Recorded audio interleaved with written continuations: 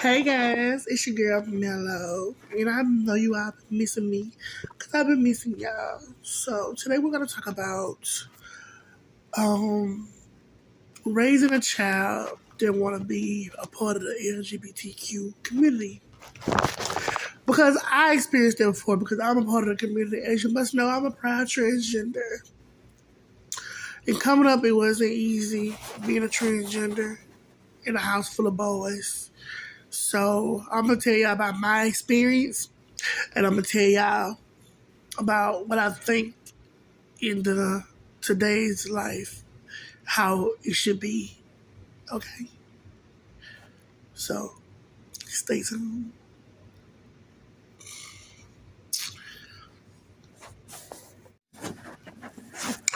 Well, coming up in a household with my mom, she had nothing but boys. Like there were four of us, and of course I'm the baby. So it was gonna be hard on me anyway. And like the brother that next to me, he like 4 years older than me. So I never hung with them. All them hung together. I had my own friends and I found my own way in life. I never had nobody to guide me on, you know, stuff like that. Because they never hung with me. I mean, I never hung with them. They was always older than me or whatever. It's not their fault. I just chose my own route in life. You know what I'm saying? So I hung with my friends more, and I was more distant when I was living in my parents' house. I was always like distance. Like I always pretended to be somebody that I'm not because I was trying to hide my sexuality because I try to respect my parents' houses. I didn't want to disappoint my parents, or had them feel like they made a mistake in having me or raising me, because I know a lot of people who's battling coming out, when they come out, their parents either put them out or abuse them. You know what I'm saying? That's not cool. I feel like we're all on this world, on this earth, to enjoy where we choose to be in life. You only live once, so why you can't live the way you want to live?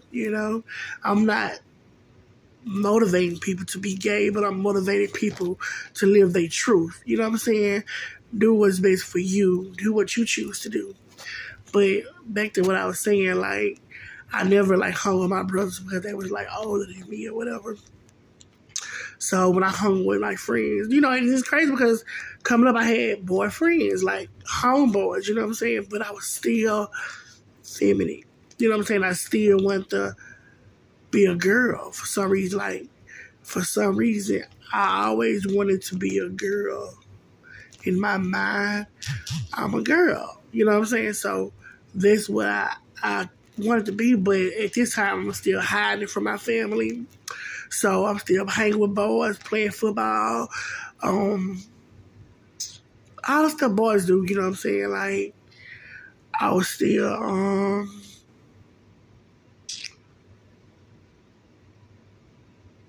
fighting with boys, like fighting boys and stuff like that. And then like at the same time, I had my homegirls though.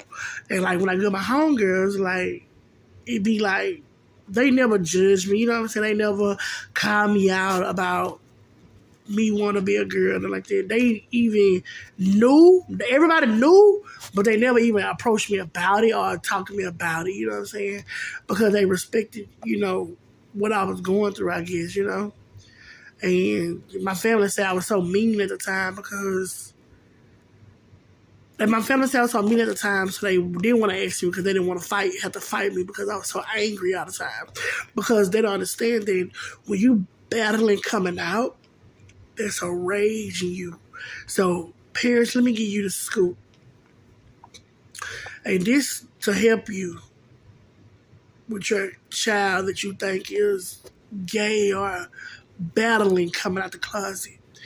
If your child is always distanced from the whole family, or if they always fighting the whole family, or always fighting people when they go outside or in school or anything, there's them battling coming out and asking for help So don't think that nothing is not wrong because they really need your help.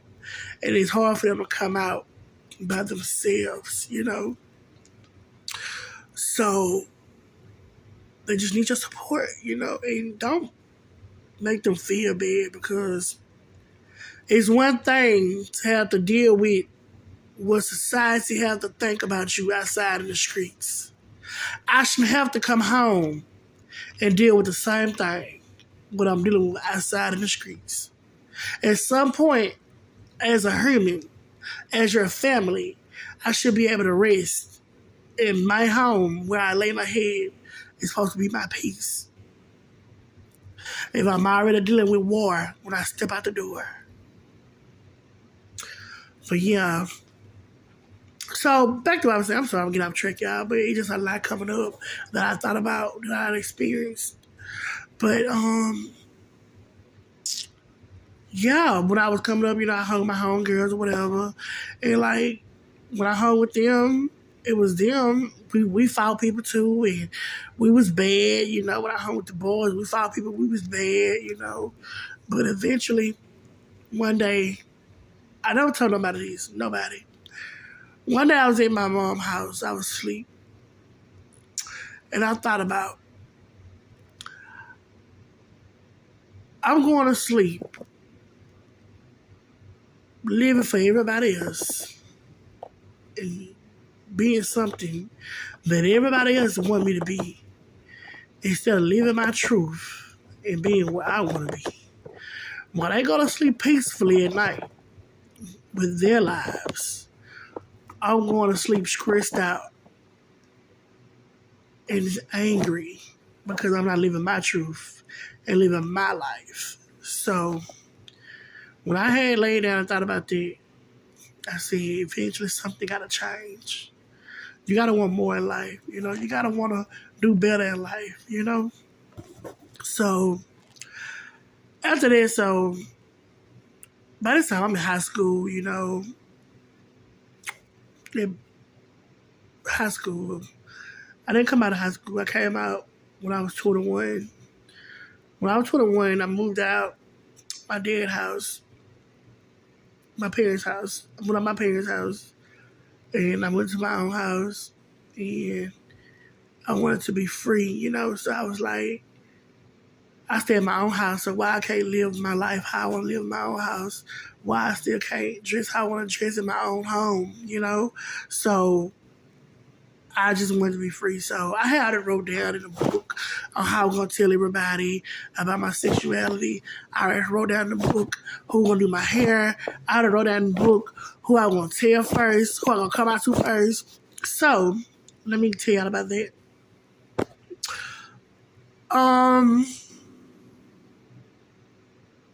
When I first came out, it was to my brother that was next to me.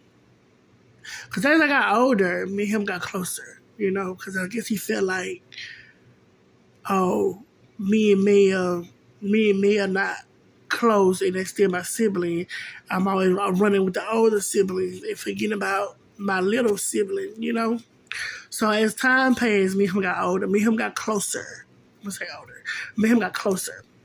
And y'all, let's keep in mind, I never had a bond with my oldest brother. Because we was never close. Like, we 10 years apart. So I didn't even know what they were talking about. So I didn't know none of this. So he always ran with the older boys. So he never had a bond with me and nothing like that until we got grown. Like, now, that's the one I was telling y'all about that you got in jail. Now me and him best of friends. Like, we close now. I'm close to all my siblings now. I have my days and my times where we fell out, but hey, it's nothing like sibling love. But yeah, that sibling, like when I was coming up, me and him never had no bond. Like me and him never had we never had I don't know, we never just clicked like that. You know what I'm saying? But I knew that this was my big brother, but we never clicked like that. I'm talking about the oldest boy now, the very oldest. But in today's life, we are very close now. I see her motivational speeches every other day to uplift his spirit, But yeah, I'm back, guys. My phone had went dead or something. I don't know what happened. But anyways, like I was saying about my brother, yeah, now we're in a better space now. You know, we talk every other day. I send motivational speeches. I try to like look at life as if it's our last, you know, every day our last day. So I try to stay connected to my siblings as much as I can. So yeah, we're in a better place now. But like I said, I had a book where I had everything wrote down on who I want to tell what, how I was gonna tell it, right? So my brother that's next to me in the book I had said I was gonna let him know I was gonna let him be the first person to tell everybody. No, I said I was gonna let him be the first person I told. Not tell everybody, because that's what he did. But he wasn't supposed to. So I told him, confided in him, cried to him, told him about it. And he was laughing. And he was like, with me, this your life. But he laughed about it. So I said, okay, well, that went good. I have to find a way to tell anybody else. So I thought. So baby, I go home to go to sleep, y'all, before I can wake up, before 9 o'clock in the morning. I get a call from my dad and telling me to get to his house right now. So I guess I'm up with my dad and my mom's house or whatever. So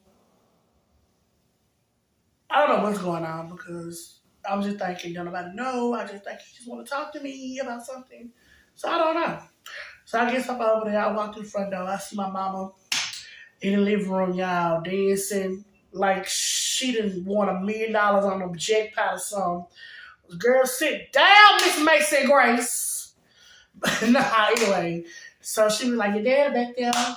Your dad back there. He in the kitchen. He want to talk to you. So I went to the kitchen. He just back there in the kitchen. And he was like, you got something you want to tell me? I was like, nah, I got something I want to tell you. He was like, you sure? And I was like, what you talking about, Daddy? So he was like, what you told Pokey last night? And then I instantly started crying, y'all. I started crying. Like, I'm finna cry right now.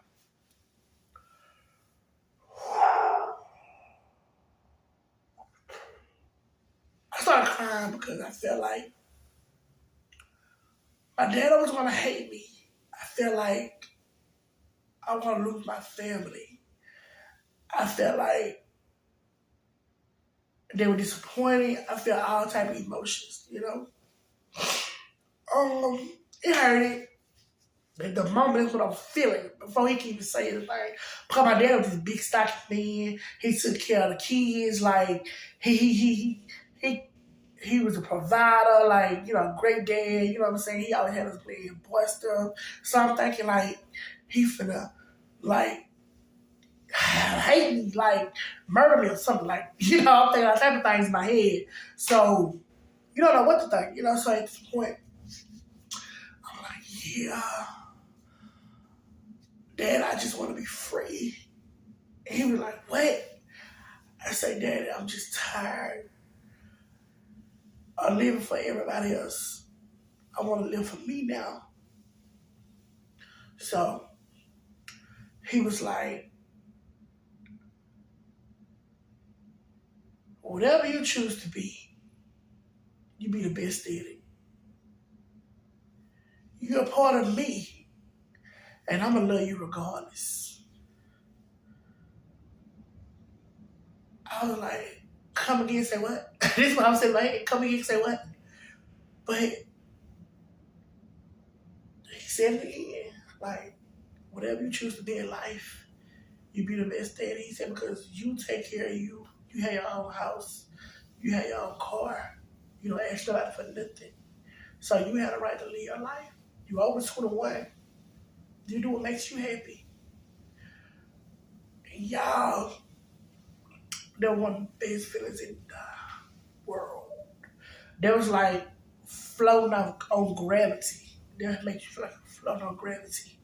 That makes you feel like nothing else in the world existed, you know? That was one of the great feelings of my life. Because I said, if my parents would accept me, I don't want to live no more. Because I knew that my dad felt like, I didn't raise you like this, you know? That's what I was thinking, like, he would feel like I didn't raise you like this, you know? But it was the total opposite. And my dad loves me, you know? He's my best friend.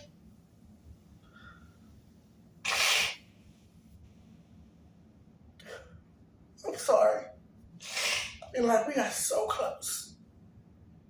Like, at first, I was not dealing with my dad like that. Like, I used to be so distant from him because I'm hiding a big secret and I didn't know how he would take it. But he said he already knew. He just had to prepare himself for it when I come to him with it. And I guess he was preparing himself while I was preparing myself. You know what I'm saying? But I also said that if my dad accept me, I don't give a damn who else don't accept me. As long as my dad accept me and love me for me, I don't care who else didn't accept me. Because I'm going to be me regardless. And to you all out there that's watching this video, live your truth. Be you. I know it ain't hard, but you're not alone. I was in the same position before.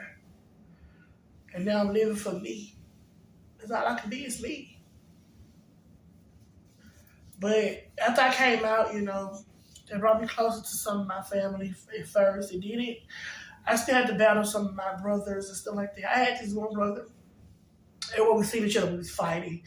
We was into it because he felt like he raised me, and he didn't raise me to be like that. He felt like I was his brother, so he didn't feel like I was supposed to be what I am. So every time we seen each other, we would fight each other. Like, until my dad had to let him know, hey, you don't take care of Mello.